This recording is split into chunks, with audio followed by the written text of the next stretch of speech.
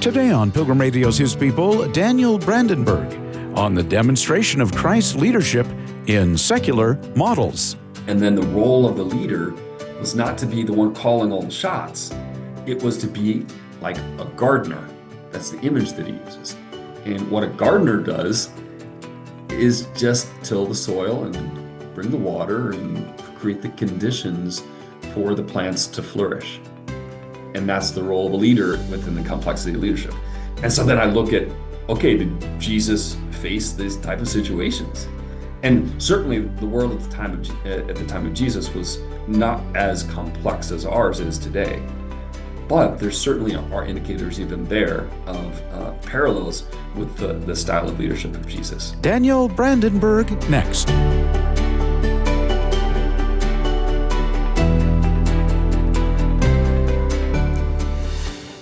As you'll hear, Catholic scholar Dr. Daniel Brandenberg realized a major omission in his doctoral leadership studies, the person of Jesus. He believes Jesus has been ignored, forgotten, and excised from the company of modern leadership research. Hence, his new book, Leader Like No Other, What Secular Leadership Models Reveal About Jesus. Here's Spencer Dahlke. What prompted the idea of Leader Like No Other? What put this idea in your head? It's really fascinating because a few years back, I was in my doctoral studies in leadership at Creighton University. They have an interdisciplinary leadership program based out of Omaha, Nebraska. And I finished the 4 years of studies, and we looked at all kinds of leaders. We looked at military leaders and political leaders and civil rights leaders, all different types. And it was really fascinating. I loved the program. But I finished, graduated, and I was reflecting with some other people about what I had studied, and it dawned on me for the first time that not once in those 4 years of doctoral studies had we talked about Jesus Christ as a model of leadership. And I was like, wait a second. I mean, how is that possible? I mean, if you look at it just at a very superficial level, there is no one in the history of humanity who has had more followers than Jesus. So it's quantity of followers, no one even comes close. Then you look at the quality of those followers. I mean, you got men and women who were willing to lay down their life for Jesus, who abandoned home and went off to foreign countries, who gave up all kinds of things in order to follow Jesus. Then you look at the lasting nature of his message. You look at the fact that he's able to transcend provincial boundaries. I mean, on so many different levels, there's been no leader in the history of humanity like Jesus Christ. Leader like no other. And yet, for 4 years, I had ignored him. I could blame the curriculum of the university, but I hadn't really been thinking about Christ as a great leader either. And so that brought up a second question, Spencer. I mean, what would happen if I looked at the top 10 leadership models developed in the secular world? These are not religious leadership models, but secular leadership models. And then look at the evidence for how Jesus stacks up against them. And that's what I do in the book. And boy, it was so fascinating. I've been following Jesus since I was a little kid. I grew up in a devout Catholic family. I entered the seminary. I became a missionary priest when I was, young man. And so I've been following Jesus my whole life. But when I did this study and this research, I discovered so many new things about the Lord that were so fascinating. I understand you have degrees in philosophy and theology and education and all this sort of thing. That's right. How did that academic background shape your research process in Great understanding question. these models? Well, I had to do all the work for, the studies in philosophy, which helps you to think, how to seek out the truth. And then studies of theology is how do we understand faith and deepen that experience that we have of God's love and put that into terms that we can, transcend certain boundaries. So all of those studies were really, really helpful. Actually, when I did the doctoral studies in the field of education, I had in a certain sense, I had a leg up on a lot of my fellow students because they'd come from, secular backgrounds, all different backgrounds coming into the cohort that we had. And it really facilitated a lot of deeper conversations with people. And in some ways, in academia today, there are a lot of biases that come in, oftentimes an anti-Christian bias. that when you have studies of philosophy, it helps you to transcend some of the pigeonholing that goes on in academia. So that those were really, really helpful when I came into the area of education. And fascinatingly enough, in the realm of leadership studies, they tend to come from a background of psychology and sociology and business. So those are three disciplines that are very much kind of hands-on, that don't really go into deeper questions of truth, of a metaphysical grounding of reality. And so I was able to draw into an interdisciplinary program, something that most of my fellow students and even the professors were not used to, which was someone who was well versed in philosophy and theology.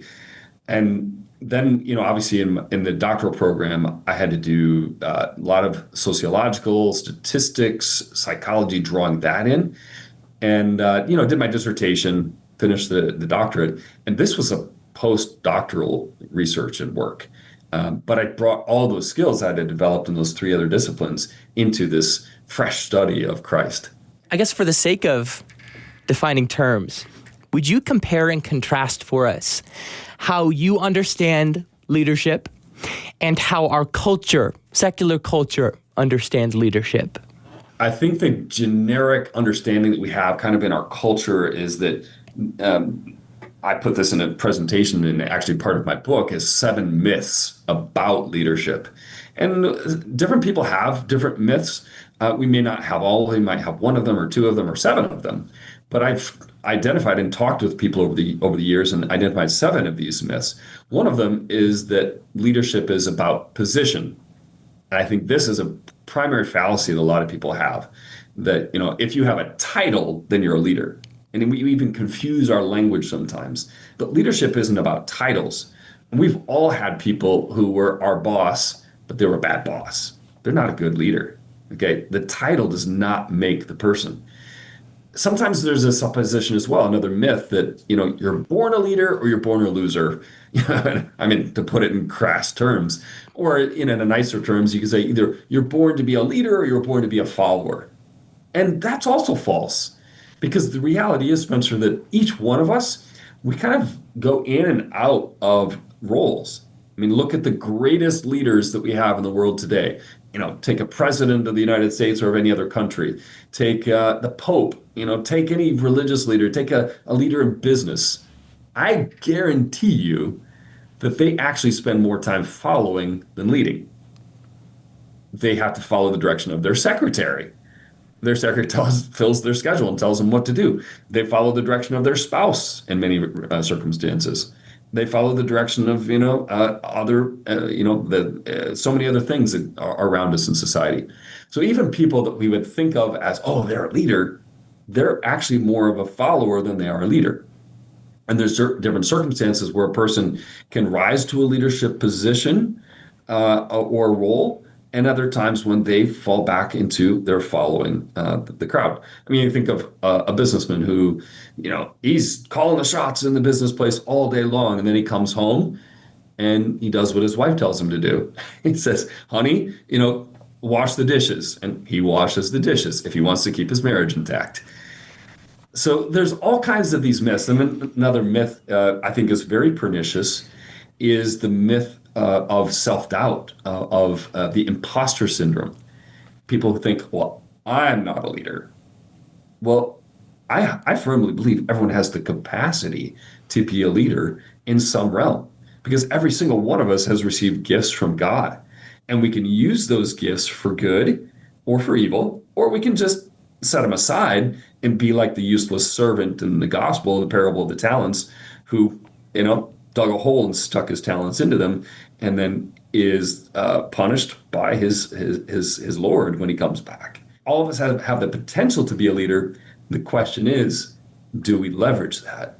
Do we utilize the gifts and talents God has given us in those specific realms where we can make a difference?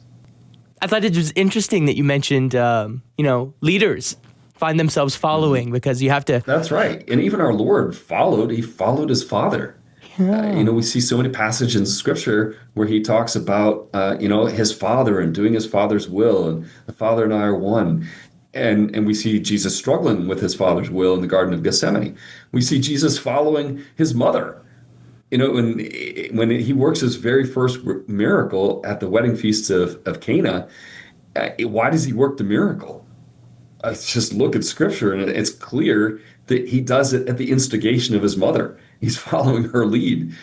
So it's really fascinating when you look at leadership from that perspective, that it's not a binary category of you're either a leader or a follower. It's that all of us are human, and at certain times we'll lead and certain times we'll follow.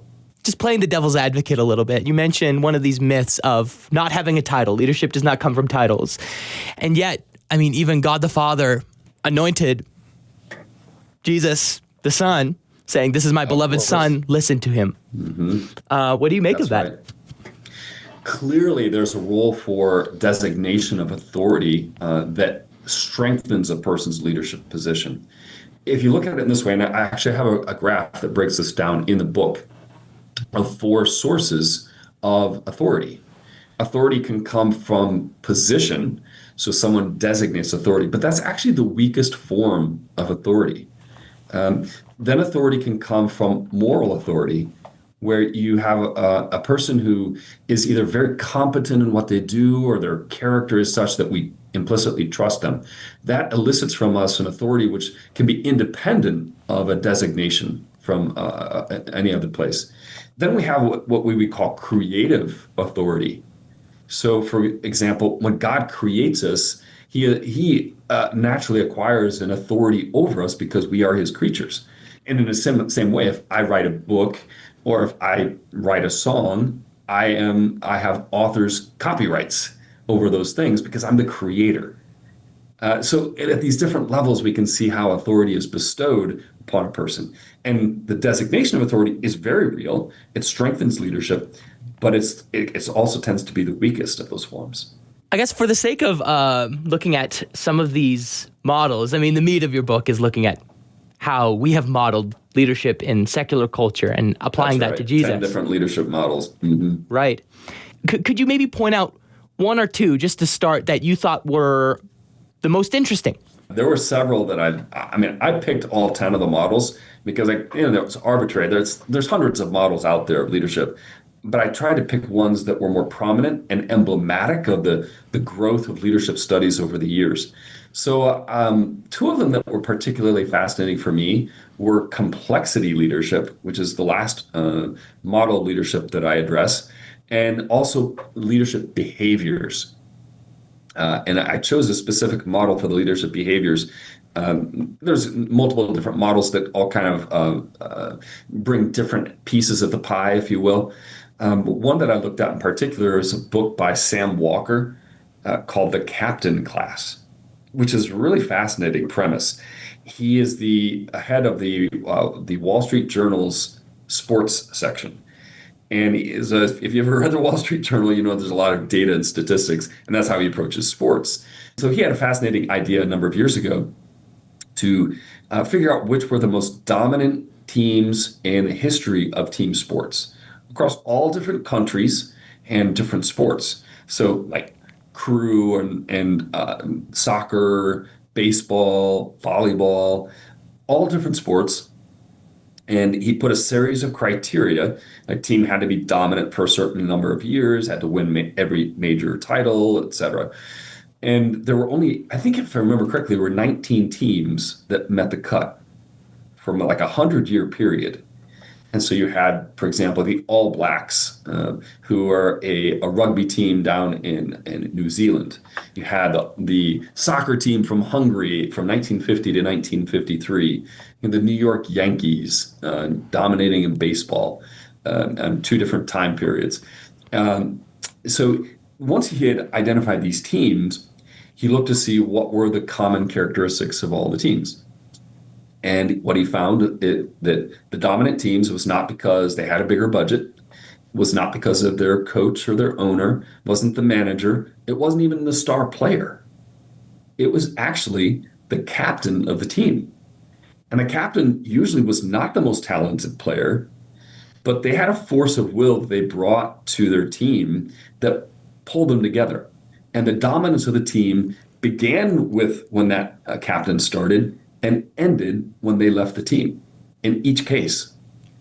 And then Sam Walker looked at, okay, what were the traits or the behaviors of these captains? And he found 8 common traits that were across all of these captains. And it was, I mean, super fascinating. Things like a very democratic, down-to-earth communication style, a willingness to do the hard work that no one else wanted to do and work in the shadows, willingness to challenge authority. And so you looked at all these different characteristics, and I was looking at this list, and I was like, I don't know if that's going to match up with Jesus. And so I started looking at the evidence in Scripture, and one after another, I was surprised. Like there were these episodes, these encounters that Jesus had, words that he said, in which he did exemplify the behaviors of these successful captains. And so again, it like helped me to appreciate Jesus Christ at a whole nother level. Super fascinating. And then the other leadership model that I mentioned, complexity leadership. This is an area of a lot of modern research because our world has gotten more complex. The rate of change is accelerated with the introduction of new technologies and AI and transportation. And our world has become more complex than in the past. And much more, and leaders have to adapt to that. One of the best books that I read on this particular model is called Team of Teams by General Stanley McChrystal. And he talks about how when he was appointed to be in charge of all the U.S. forces in Iraq for the counterinsurgency, he came into a situation in which the U.S. troops, best trained in the world, most resources, best intelligence, all of the training that they needed, and they were losing to a ragtag group of Iraqi insurgents. And why? Because of the structure of the leadership organization. And he realized what they had to change in the American forces was the way that they structured themselves. So it's some really fascinating lessons on leadership and adaptability to change. And they had to shift the typical top-down hierarchical structure of the military into a team of teams approach in which they shared a common purpose, shared consciousness of sharing all the information that they had, built trust among each other. And then the role of the leader was not to be the one calling all the shots. It was to be like a gardener. That's the image that he uses. And what a gardener does is just till the soil and bring the water and create the conditions for the plants to flourish. And that's the role of a leader within the complexity of leadership. And so then I look at, okay, did Jesus face these type of situations? And certainly the world at the time of Jesus was not as complex as ours is today. But there certainly are indicators even there of parallels with the style of leadership of Jesus. That's so interesting that the first model you were talking about in your answer there, you're talking about democratic communication and how it relates to like team captains. For some reason, I thought you were talking about complexity leadership then. Would you remind me what term you used to name that one? It's a form of behavioral, what are the behaviors that lead to good outcomes in leadership? And so there's lots of different models that plug into a behavioral approach to leadership. So that's what I was referring to in that first section. And there's some other books that, you've got, for example, Kouzes and Posner and, the different forms of leadership there. You have transformational leadership that comes a little bit into the behavioral model, but transcends it. So that's the first one I was talking about. The second one is the complexity leadership. And again, within complexity leadership, there's all kinds of books out there. I hinted at just one, Team of Teams from General Stanley McChrystal. There's another great one by L. David Marquette, which is an example from the U.S. Navy. And his book is called Turn the Ship Around. Another really fascinating story where he came into becoming the captain of a submarine, which was the worst performing in the Pacific Fleet. And in 6 months, it became the top performing submarine in the Pacific Fleet. And he details how he achieved that change. And it was just by some very simple things. but it was removing the top-down approach to leadership and creating an empowered type of leadership where every person, every one of his subordinate officers, instead of coming to him for the decisions, he taught them how to make decisions and to inform him, but to make the decisions. So, and it was just a simple change in language. He told all of his officers, don't come to me with problems, come to me with what you intend to do. And so they would have to come to him and say, sir, I intend to. And that simple change transformed that submarine in 6 months. That's fantastic. That's so interesting. So for these two models, I mean, obviously the subtitle of your book is What These Models Reveal About Jesus. That's right. What do these models reveal to you about Jesus? And were these surprising? Well, I think the most surprising thing is that Jesus exemplifies all the best traits and behaviors and understanding of the great leaders of our world today with models that didn't exist at his time. It's not like Jesus was trying to measure up to these models when he was living here on earth. But in a sense, I mean, he's the creator of these models because he is Lord of time and history. And so that was, for me, was a tremendous discovery and a deepening of my appreciation for leadership. Because sometimes I don't know, as moderns, we think we're so sophisticated and intelligent, like we've got it all figured out. And, all these antiquated people back 2,000 years, a bunch of morons who knew nothing. And that's simply not the case. True wisdom lasts through all the ages. And Jesus, we know, is the source of all wisdom. And so discovering that in this field, which has always fascinated me, the field of leadership studies, to discover that Jesus truly is leader like no other was a fascinating and encouraging discovery for me. Mm-hmm. It's almost as if Jesus was the Son of God, obviously, but also the ideal and representative man. That's right. And then the quintessential leader. And I try to share that excitement with people as I go through the book, kind of that joy, a journey of discovery that we're all on all throughout our life. And, one of the things too, Spencer, I've read a lot of leadership books over the years, and I find that you can find a nugget or two in pretty much every book that you read. Some are more, more full of nuggets than others, real gold mines, if you will. And what I try to do is draw together a lot of those great insights, but then also, you can read a thing and then forget it.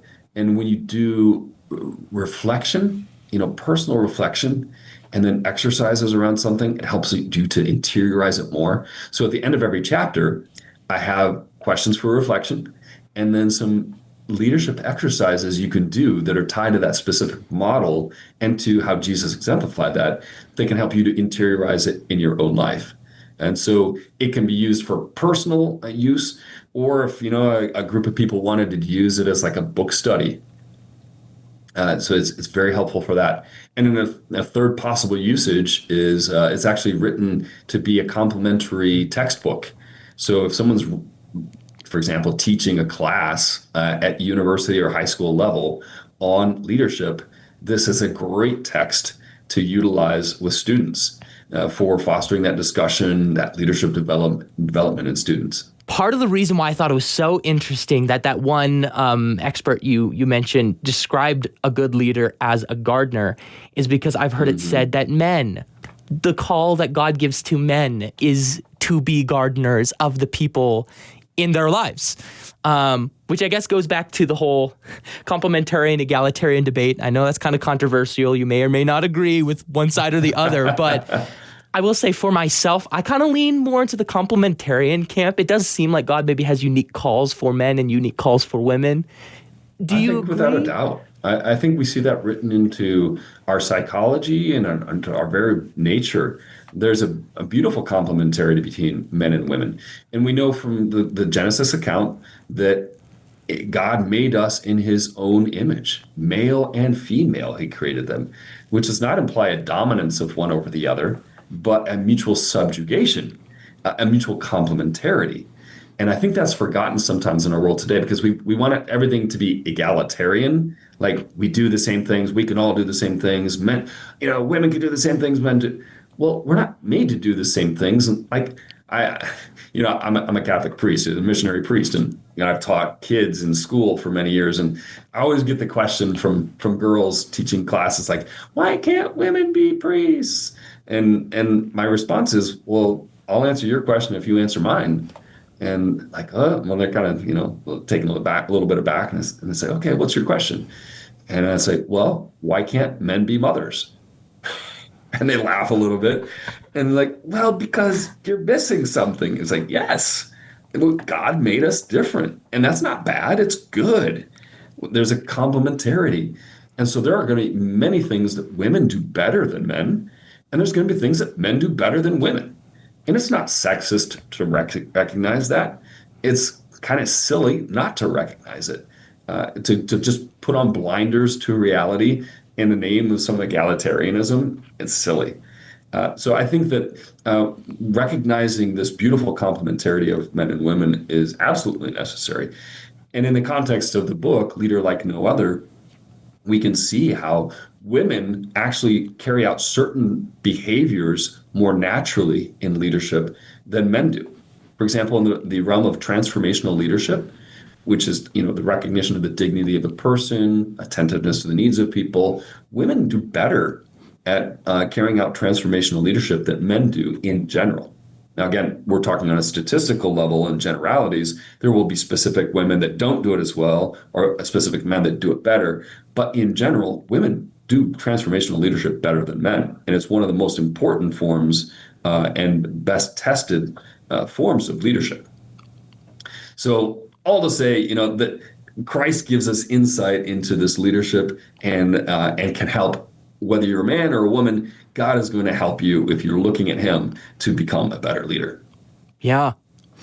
I mean, you did. One of the questions I wanted to ask actually is, as complementarians, what does leadership look like for the lay person, for men and for women? You did kind of answer my question a little bit there, but I'm curious if you could kind of explain more about what that might look like for the two.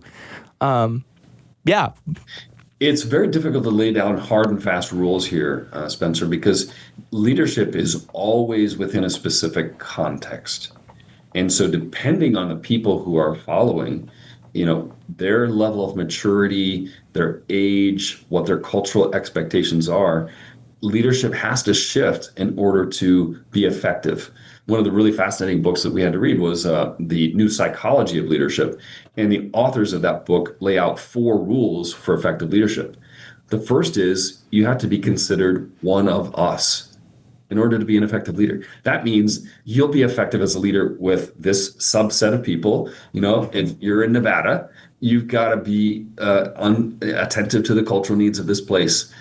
So you have to adapt. And this is a whole model of leadership called situational or adaptive leadership, which recognizes the vagaries and the shifting circumstances of time and place that a leader has to be attentive to in order to be effective as a leader.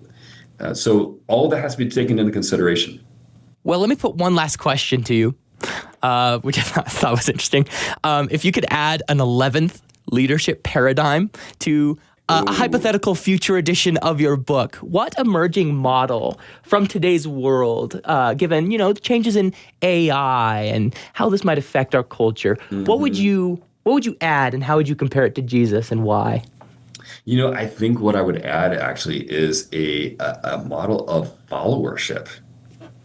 So throwing a little bit of a monkey wrench, because we talk so much about leadership, but there's actually a really burgeoning area of followership studies and the importance of being a good follower. How do you be not just a passive sheep that's going along to get along, but how do you become an active follower who's contributing to the good of the organization?